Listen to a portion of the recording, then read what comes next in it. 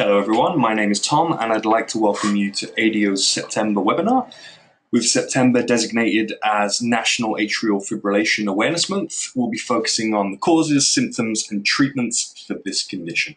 To help us get to the heart of the matter is today's speaker, Clinical Assistant Professor from Georgetown University and ADO's Medical Director, Dr. Howard Zahalsky. Welcome, Dr. Zahalsky, and thank you for joining us today. Thank you for having me again, Tom. So today we are going to talk about atrial fibrillation. Those are some big words. We're going to start with going over how the heart works when it's working correctly. So here you can see a guy that looks like he's being shocked by electricity. The heart is a very, very electric organ. It communicates one part of the heart to the other part with electricity. And that electricity travels on very defined pathways through your heart. You can think of your heart like having wires like a house, and in fact, think of it like your thermostat. There's one central control box that you can turn up the temperature or turn down the temperature, and it sends wires to kind of the working part of your air conditioning, which is the condenser unit, which runs things, pumps the air, cools the air, heats the air through the house, even though the master control is a completely separate area connected by wires. In the heart, though, you don't actually have wires. There's no specific wires, but it's rather a bundle of special cells that carry the electricity, which we call the His-Purkinje system. You don't have to remember that. There won't be a test at the end. But that's the electrical wiring system that carries the electricity through the heart. So in order to fully explain and understand how atrial fibrillation works, we have to do a quick little anatomy lesson for the different parts of the heart. As you might remember from previous webinars, when we're looking at parts of the body in pictures, the left part of your body is on the right side of the picture and vice versa. This is because we're looking at this picture as if we're looking at someone standing face to face in front of us. So the left side of their body is to our right and vice versa. So the important parts for this talk are going to be the left atrium and the left ventricle. The left atrium is a small chamber that is kind of in the middle on the right. If you see two little red blood vessels, they're called the left pulmonary veins here, sticking out from the right side of the picture, the big circular red area right next to them is the left atrium. Then below the left atrium is a larger oblong-shaped red chamber that looks like it has little upside-down trees growing inside of them. That's the left ventricle. When your heart beats, you might think of that. You may have heard it described as a lub-dub. The lub is the left atrium squeezing, and the dub is the left ventricle squeezing. Why do we have two parts to the heart there? Well, the lub, the atrium, is the holding chamber. Think of it as the waiting room. First, the blood, which goes all through your lungs and gathers oxygen, comes to the left atrium waiting to get pumped to the rest of the body, and it sits there. And then once the big squeezing chamber, the left ventricle, is ready to squeeze the blood to the rest of the heart, all of the blood that is gathered in the left atrium waiting room gets pushed into the left ventricle, which then pushes it to the rest of the body. You can think of it kind of like your toilet. I love analogies. So in between times that you may have gone to the bathroom, what happens? The tank on the back of the toilet fills up. It's of no use there. It's just sitting there waiting to do its job. But then, after you've gone to the bathroom and press that flush handle, it all goes into the big bowl where it swirls around and brings everything that was in the bowl out to the sewer. The business portion of the toilet is actually in the toilet bowl itself, where it all swirls around and gets thrown out to the sewer. But the waiting area is like your atrium, is that tank there. So how does the heart know how to work properly? How does it all get coordinated, where the blood fills the little chamber, then gets squeezed into the big chamber, the ventricle, which then squeezes it out to the rest of the heart? And to do that, we need a conductor, just like we need that thermostat for your air conditioning to say what temperature to set it at. We need a conductor to organize all of this, and we'll see that on the next slide. The conductor actually isn't in the left atrium and it isn't in the left ventricle. It sits at the top of the heart and sends the signal that goes first through the atrium, through the waiting room to squeeze the blood into the ventricle, and then through the ventricle to squeeze all the blood out to the rest of your body.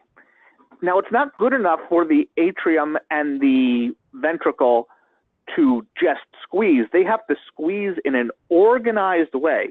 Think of it like a tube of toothpaste. When you're a little kid, you probably just squeeze from the middle or even squeeze from the top to get the toothpaste out. And your mom probably comes along and yells at you. That's not the way to squeeze. You're going to have all the toothpaste moving in the wrong direction. In order to be the most efficient, you have to squeeze from the bottom towards the top. And the ventricle and even the atrium have to do that as well. They have to squeeze in the proper direction so that all the blood is pushed in the right direction, just like a tube of toothpaste.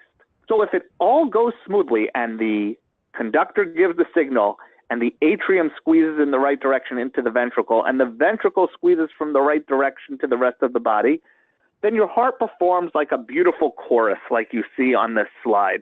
Everyone singing in harmony, everything moving in the right direction, everything in proper time, everyone keeping the beat of the heart. However, that doesn't always happen. Sometimes that's not what happens. What happens if that electrical system is not working? What happens if the thermostat is broken, or if there's a break in the wires, or if there's a short in the electrical system and you lose power to your house? What do you have then? Static. Instead of that nice, beautiful chorus sound, you get all of the voices singing at different times, different notes, different keys. And in the heart, that sounds like static. What if the atrium doesn't know to squeeze on the top first? What if it squeezes on the bottom first? What if each different part of the atrium tries to squeeze in its own direction? Then all that blood in the waiting room, it doesn't know to go into the ventricle. It doesn't know to go on time of the conductor. It just becomes a mass of quivering. Everything's trying to squeeze, some of it in the wrong direction, some of it out of time. And that's what we know as atrial fibrillation, or A-Fib, as we like to call it. In that case, your heart is not beating properly. When the signal comes from the conductor, the atrium doesn't know to squeeze properly into the ventricle, and the ventricle doesn't always fill properly. And the ventricle then doesn't get the proper signal to squeeze because the atrium is supposed to be carrying that signal from the conductor to the ventricle. And if the signal goes kind of crazy and static in the atrium, then the ventricle doesn't get the signal correctly and it doesn't know when to do its job. So how does this happen? How will the wiring get messed up in the atrium? The most common reason is because the atrium gets stretched out. There are ways that that little chamber of your heart, the holding area, the waiting room, can get stretched out. And the most common reason are some valve problems. There's a valve between the atrium and the ventricle. It's called the mitral valve. In some people, the valve can get a little clogged. In some people, the valve can get a little leaky. And when those two problems happen, and both of those problems are actually very, very common, over time, not usually when you're 20 or when you're 40, but when you're 60 or 70 years old, the atrium can get stretched out like that old pair of jeans that you've continued to wear, even though you've put on some weight over the years that still seem to fit perfectly because they've gotten stretched out over time, but they get too stretched out and eventually things just start to tear a little bit, maybe in the crotch, maybe along the pocket. And that's what's happening in the atrium. It's getting stretched out to the point that the wires just can't take it a little bit anymore. And some of the wires get stretched out too much and the communication system, the wiring system breaks down. Well, the ventricle doesn't like this static. It doesn't like all of that chaos. The ventricle, their wires are still okay. They're not having any problem with being stretched out, and it still wants to squeeze from top to bottom because it has its own backup system. The ventricle, even if it's not getting a good signal from the atrium as to when to squeeze, is able to continue to squeeze in the proper direction. The problem is the speed. It's lost its connection with the conductor, so it doesn't know how fast to squeeze, which we'll see on the next slide. So when it senses all of that static coming from the atrium, its response is to speed up. It senses that static as your atrium telling the ventricle to squeeze at 150 beats a minute. Almost everyone with new atrial fibrillation, their ventricle, which is the main heartbeat that you hear when you listen to someone's heart or take their pulse, is going at almost exactly 150 beats a minute, somewhere between 140 and 160, because everyone's heart, for some reason, perceives atrial fibrillation as your atrium trying to tell your ventricle to beat at around 150 beats a minute, which is just too fast. So what are the consequences of the atrial fibrillation? The biggest consequence is a stroke.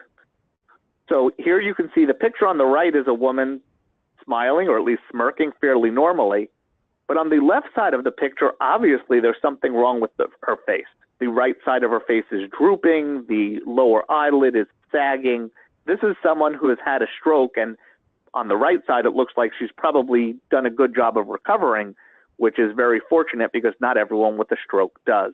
When your atrium is not squeezing properly, when it's not squeezing like a tube of toothpaste, you're not getting all of the blood out of the atrium. Just like, again, your tube of toothpaste, if you squeeze from the middle, and then once you're done squeezing, eventually you get to the part that you can squeeze in the middle, and there's no toothpaste left to squeeze out. Why? Because it's all migrated to the bottom of the toothpaste tube, or at least a significant amount has.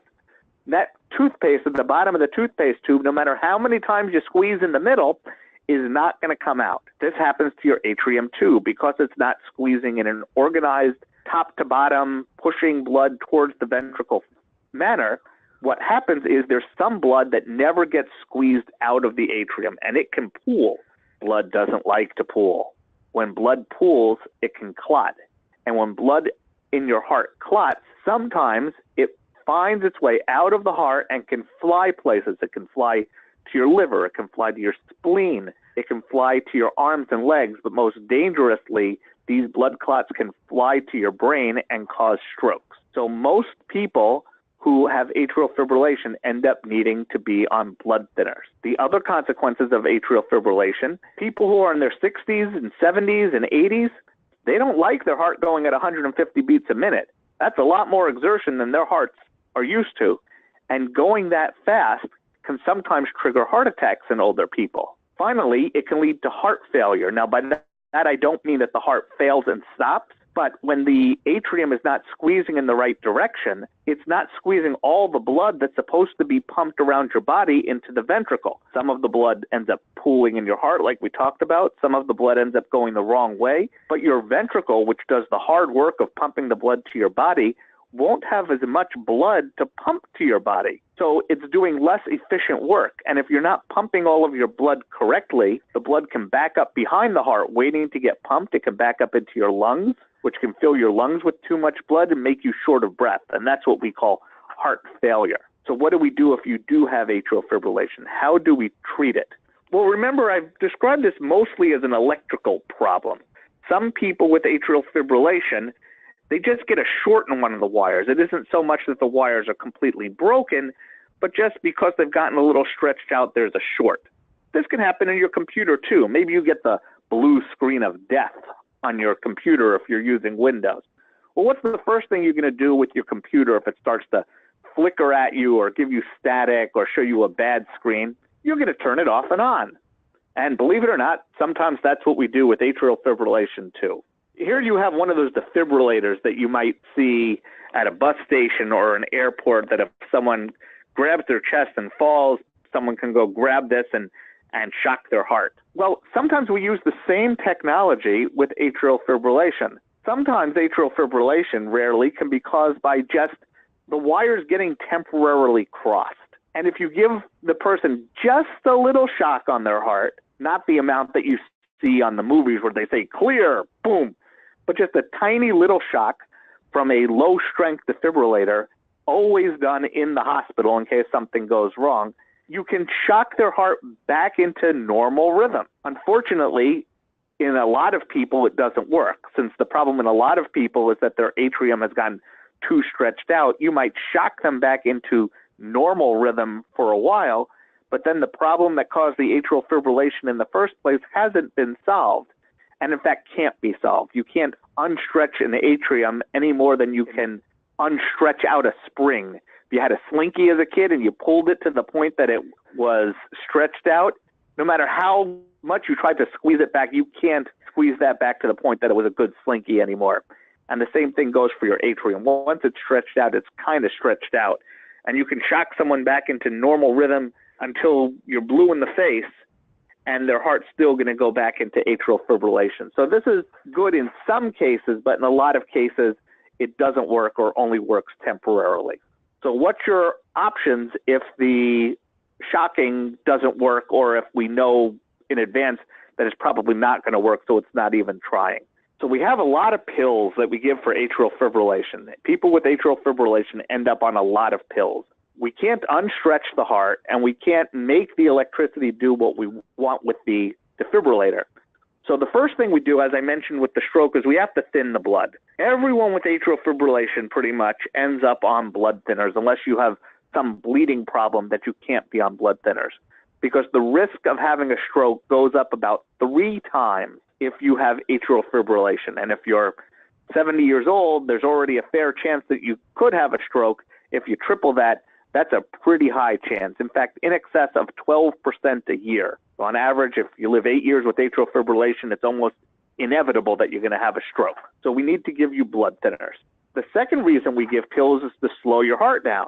We can't have you going at 150 beats a minute forever with atrial fibrillation. That, again, even doing that for a little while in an older person might be enough to have a heart attack. But if you do it for a long period of time, you're going to definitely cause some serious heart damage.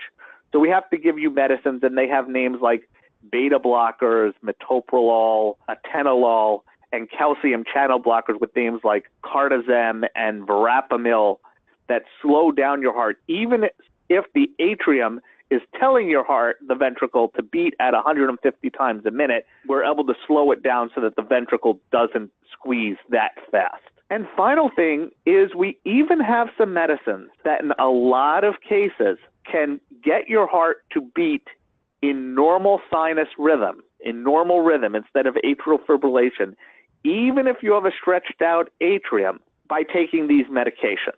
They have names like amiodarone and sotalol, and they're able to ease the electricity back into a normal pattern, even if some of the electrical wires are torn or stretched out, kind of rewiring through medication the atrium a little bit. But you end up having to stay on these medicines for life, because as soon as you stop them, the atrial fibrillation comes back, and unfortunately these medicines have side effects. Amiodarone interacts with a lot of other medications.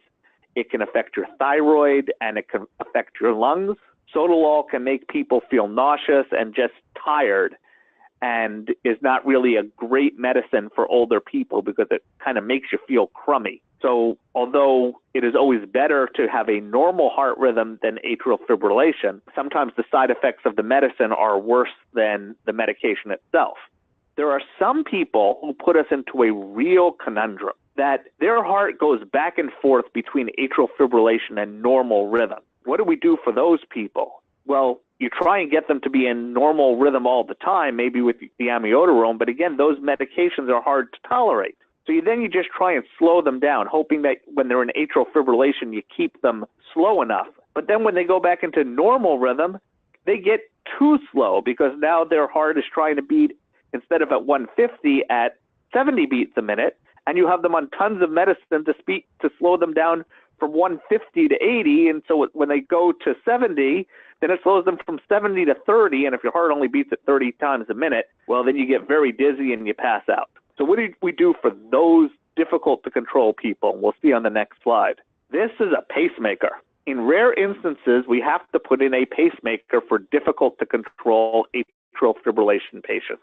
Once you have a pacemaker, there's no risk of you ever going too slow. And therefore, if you're going really fast with atrial fibrillation, we can give you lots of medicine to slow down your heart, and we don't have to worry what will happen if you get too slow. Because if you get too slow, the pacemaker will kick in, because it's not affected by the medication, and make sure that you keep going at least 60 or 70 beats a minute, even with all of the medicine in your system. But that's almost the last resort for a lot of atrial fibrillation patients. So that's the nuts and bolts of atrial fibrillation, what you need to know about how it happens, why it happens, consequences, and treatment. On the next slide, we'll see how Activ Doctors Online can help you with atrial fibrillation. And Activ Doctors Online has 3 revolutionary products. First, we have our personal health records. Personal health records are very valuable for people with atrial fibrillation. Why? People with atrial fibrillation, their medicines are constantly changing. Their doses of blood thinners might be changing. They may switch from sotalol to amiodarone or get both stopped. And oftentimes people with medical problems like atrial fibrillation have other medical problems as well and are seeing lots of doctors. And if all the doctors aren't communicating quickly enough with each other, sometimes medications can get really messed up. If you have your own personal health record that you can take from doctor to doctor, because it's not your doctor's record, it's your record, you will always be able to keep track of your medications. All of your doctors will be able to see what each other doctor has changed and will be able to make sure that you're not put on any medications that interact badly with your new medication.